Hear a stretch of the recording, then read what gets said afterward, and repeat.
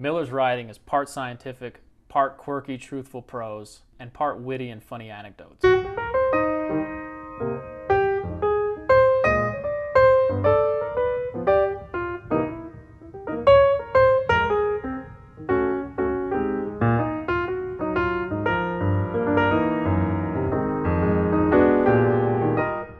Good afternoon, everyone. Welcome to Read the Right Thing Book Reviews. I'm Eric. Thanks for tuning in.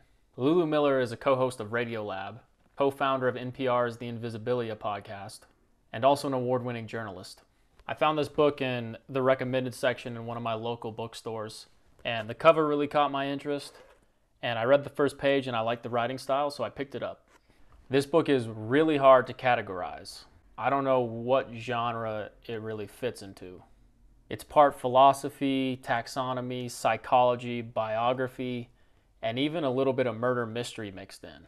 But the one word that does cut through this book is chaos. The main theme is how do you handle and deal with chaos?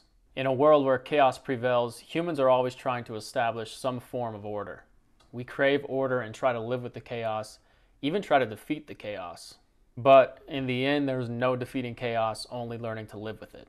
We set up and follow routines, utilize tricks and therapy, but the world we live in has a way of laughing in our faces as we try to set up and follow these routines to stay sane. Nature obviously doesn't care about our routines and our attempts at order. This is that first page I opened up to and read, and this is what really made me decide to buy this. Picture the person you love the most. Picture them sitting on the couch, eating cereal, ranting about something totally charming, like how it bothers them when people sign their emails with a single initial instead of taking those 4 extra keystrokes to just finish the job. Chaos will get them.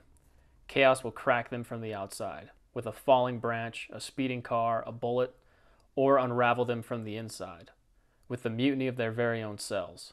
Chaos will rot your plants and kill your dog and rust your bike.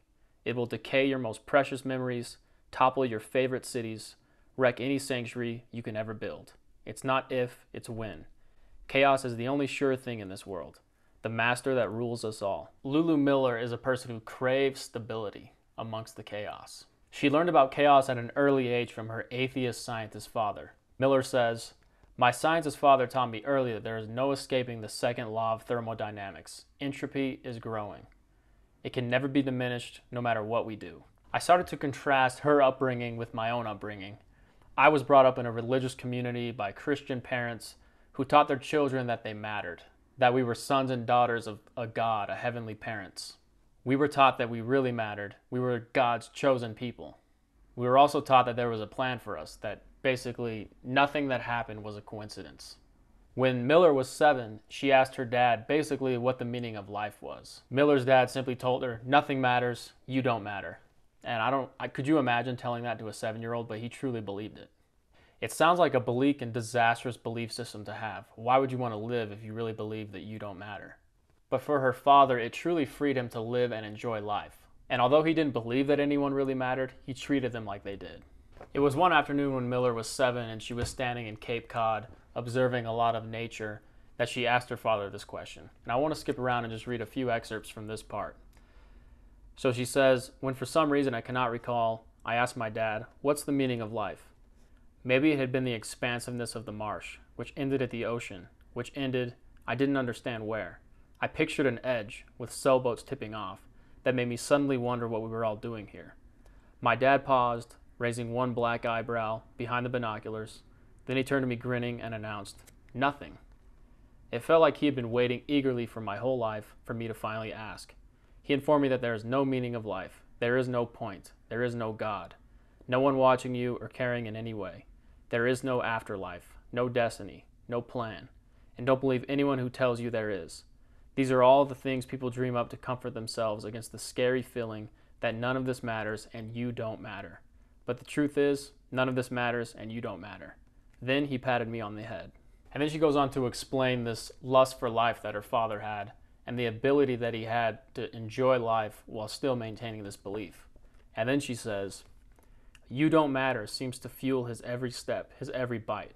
So live as you please. He spent years riding a motorbike, drinks copious amounts of beer, and enters the water, whenever possible, with the belliest of flops. He seems to permit himself just one lie to constrain his otherwise voracious hedonism. to form a kind of moral code. While other people don't matter either, treat them like they do. And I really like that quote. I even read this from my very religious grandma. Even though people don't matter, treat them like they do. And she very much obviously believes that people do matter. So I think even if you believe people do matter, sometimes you need to remember that you should treat people like they do matter. So I think that's a good quote to live by, and I really admire how her father was able to live that way. Miller's studies brought her to learn about David Starr Jordan. Jordan was a taxonomist obsessed with bringing order to the natural world. He seemed to be in a constant battle with chaos, and he often prevailed through disasters. Miller would look to Jordan as not only a mentor, but a hero. He would be a beacon of how to handle and push forward through chaos. And it's kind of interesting, I heard in an interview what she thought would maybe be an interesting essay topic or a radio segment, she became obsessed with and ended up writing this book. Jordan was an accomplished, confident scientist.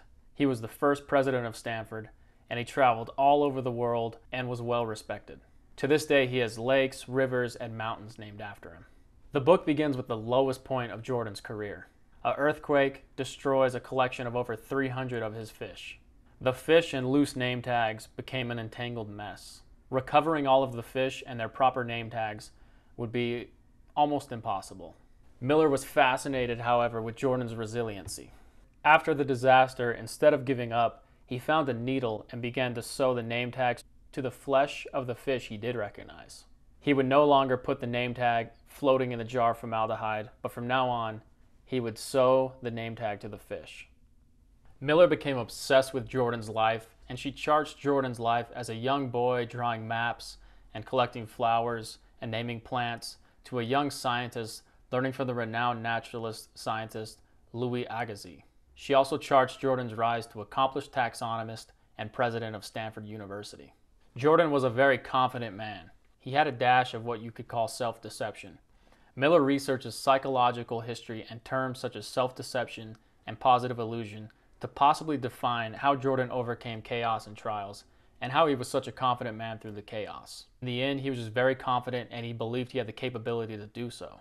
I know a few people in my life with this self-deception, or what you could call positive self-illusion, and some people have in their lives, and the people who have it in their lives, it does seem like they live easier lives because of it, while some people, they don't have this positive self-illusion. Miller asks if a steady dose of hubris is the key to overcoming trials. And if you look at David Starr Jordan, you might think it is. The first trial Jordan endured was as a young boy. People thought studying science and nature was a waste of time. As a child, Jordan was interested in counting stars, mapping the land, and naming plants. But it was believed that everything had already been discovered. He liked to study and learn and be in nature, but most leading scientists believed it was more beneficial to study books. There was one scientist named Louis Agassiz who shared Jordan's belief that there was much to be discovered by being in nature and studying nature. Jordan had the opportunity to go study with Agassiz and other students at an island where they would be encouraged to learn from nature. The island was off the coast of Massachusetts called Penikese Island. It was here that Jordan became fascinated with fish. Louis Agassiz was a leading naturalist and recruited other young naturalists. Agassiz believed this type of science was a calling from God. When you understood more of nature, you were unlocking God reasons and methods. They were putting all of these species on a ladder, from most important, like humans, to the least important. Jordan and Agassiz even believed that a species could regenerate if they were lazy or slothful and lost importance in God's eyes. Studying lower life forms was sort of like a cautionary tale for them. So if they studied a slug, they would say, a slug is a slug because it's slothful and lazy. And if humans aren't careful, then they can also regenerate and become this. If you haven't already, please consider hitting that like button. If you're enjoying the video, please hit that like button. It would get this video out to more people like you who would enjoy it. If you do that, I'd really appreciate it. Now back to the review. Jordan came to a fork in the road when Darwin's philosophies from On the Origin of Species went from just slight whispers to a full-on headwind. Darwin basically argued that there was no stepladder and that species were evolving all of the time. There also wasn't a fine, hard line between species, like this ladder. Everything was sort of evolved and related. Jordan went from believing that his work was truly God's work to possibly believing that there was no meaning at all. Jordan continued to discover and name fish, but he took on more of a Darwinian approach. Jordan had to accept that the fish he discovered weren't puzzle pieces to God's divine map, but they were snapshots of chaos in motion. Now, weave between this biography of David Starr Jordan and taxonomy and kind of the study of psychology are stories from the author's own life. And it makes this book really more personable and relevant today, I would say. The author traces her upbringings as well as her own battles with chaos. She details her family's history and how they had a hard time in school and with bullies, and she even details a suicide attempt with sleeping pills. She never actually mentions the word suicide and instead uses the word grand temptation from 18th century poet William Cowper. And it's a really well-written part of the book that is sad and insightful.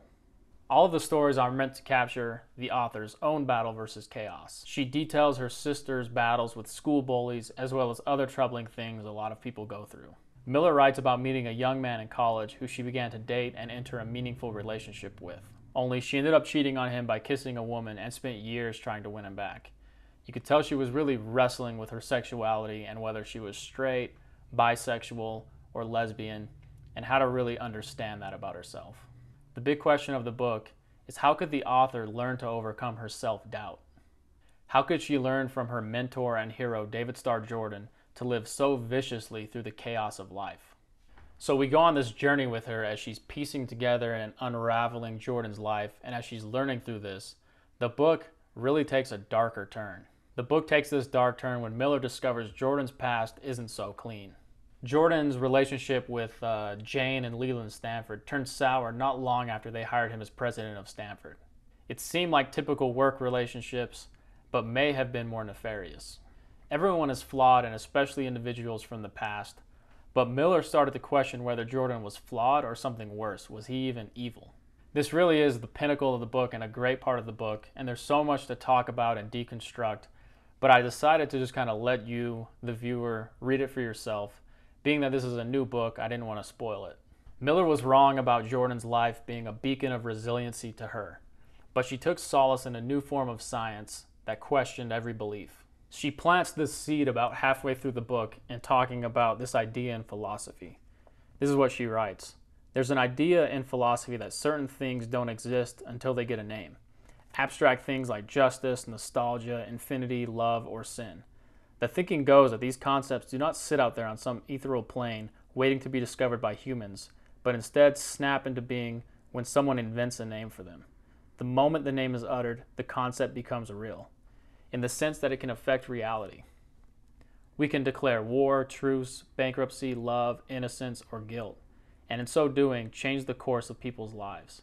The name itself is a thing of great power then, the vessel that drags the idea from the imaginary to the earthly realm. Before the word, however, the thinking goes, the concept is largely inert. So I believe Miller believes that David Starr Jordan was really empowered by naming all of these fish. Jordan discovered hundreds, if not thousands, of fish, and his legacy would always be tied with these fish. And that really frustrated her, given Jordan's past, until she discovered this movement that questioned whether fish even exist at all.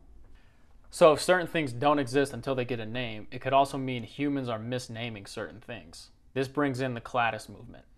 Cladistics is an approach to biological classification in which organisms are categorized in groups based on hypothesis of most recent common ancestry.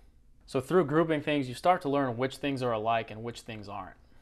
This is how the cladists and Lulu Miller came to learn that fish don't actually exist. And it sounds like a crazy thing. Of course fish exist, right? You can take 3 fish, and one of those fish might be more closely related to a cow than the other fish. Other than the scaly exterior, they have nothing in common. I believe the book uses the example, like if you take a lungfish, a trout, and a cow, and you tell someone, okay, which one doesn't belong here? Most people would say the cow. But if you look closely, in actuality, it's the trout. The lungfish is a closer relative to the cow than the trout. And I guess I just have to take the scientist's word on this one. The cladists believe that fish as a term is completely wrong, unless you are willing to group more things as fish, like frogs or even humans. It's hard to wrap your mind around this concept, but Miller does a great job of explaining the cladist movement. It's an interesting science, but once explained makes a lot more sense. Miller, through learning about Jordan's past and a new movement, was able to better understand that people matter, unlike how her father had taught her. She mattered. You don't have to take the world at face value, because maybe what you're looking at and classifying is completely wrong anyway. You might think one thing is worthless. Well, if you just look at it a little different, it's not worthless, it's actually very important.